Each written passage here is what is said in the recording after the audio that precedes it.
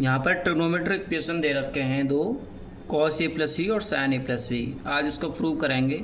हमें एक D मोवियर theorems जानते हैं और ये होती है ए की पावर आयोटा थीटा बराबर cos theta plus iota sine theta. ये आयोटा क्या है? यहाँ आयोटा एक कॉम्प्लेक्स नंबर होता है और आयोटा की जो वैल्यू होती है वो अंडरवुड में -1 होती है और आयोटा स्क्वायर का मान -1 होता है।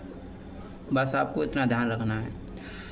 तो हम ए की पावर आयोटा थीटा की जगह ए प्लस बी लेते हैं, तो हम इसको लिख सकते हैं, इसका अंदर मल्टीप्लाई करेंगे तो ए की पावर आयोटा ए प्लस आयोटा बी हो जाएगा।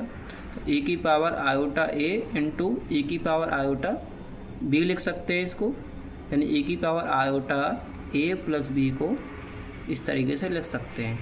ए की पावर आयोटा ए प्लस बी को इस तरीके से लिख सकते हैं। तो और डी मोवियर थ्योरम क्या कहती है? अगर यहाँ आयोटा के साथ थीटा है तो वो cos theta plus iota sine theta बन जाता है, लेकिन यहाँ थीटा की जगह कितना ए प्लस बी, तो ये बन जाएगा cos A plus B plus iota sine A plus B बराबर ए की पावर आयोटा ए को हम क्या लिख सकते हैं?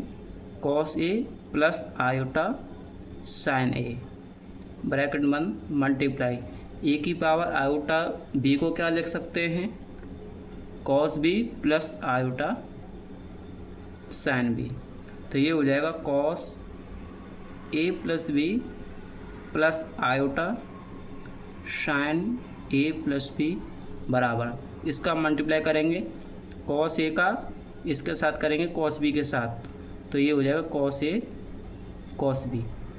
इस आयोटा का और इस आयोटा का साथ आयोटा साइन ए इंटू आयोटा साइन बी, तो आयोटा का मल्टीप्लाई आयोटा से करेंगे तो आयोटा स्क्वायर, और आयोटा स्क्वायर का मान माइनस होता है तो माइनस का 1, तो इस साइन ए का मल्टीप्लाई साइन बी में कर देंगे, साइन ए इंटू साइन बी प्लस अब कॉस ए का मल्टीप्लाई किसके साथ करेंगे? आयोटा साइन बी के साथ, और आयोटा का इसका आयोटा साइन ए का मल्टीप्लाई इसके साथ करेंगे तो आयोटा कॉमन आ जाएगा, और कॉमन लेने के बाद ये आएगा cos A sine B plus इसका इसके साथ मल्टीप्लाई करेंगे तो साइन ए इंटू कॉस बी।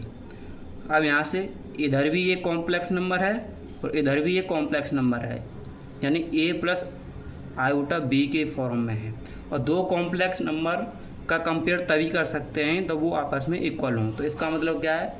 इस कॉम्प्लेक्स नंबर का रियल पार्ट इस रियल पार्ट के इक्वल होगा। तो कंपेयर करने पर पहले रियल पार्ट का कंपेयर कर दो, तो रियल पार्ट का कंपेयर करने पर यहाँ से कॉस ए प्लस बी का फॉर्मूला प्राप्त होगा, वो होगा cos A cos B minus sine A sine B sine B.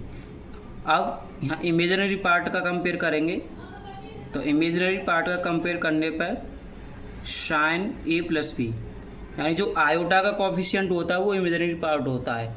इधर साइन ए प्लस बी का कंपेयर इसके साथ करेंगे तो साइन ए प्लस बी बराबर हो जाएगा cos A sine B plus sign A cos B.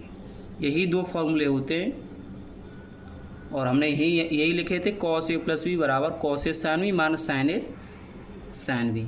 Sine A plus B का formula sine A cos B plus cos A sine B होता है, sine A cos B plus cos A sine B. Okay, I hope ये समझ में आया होगा।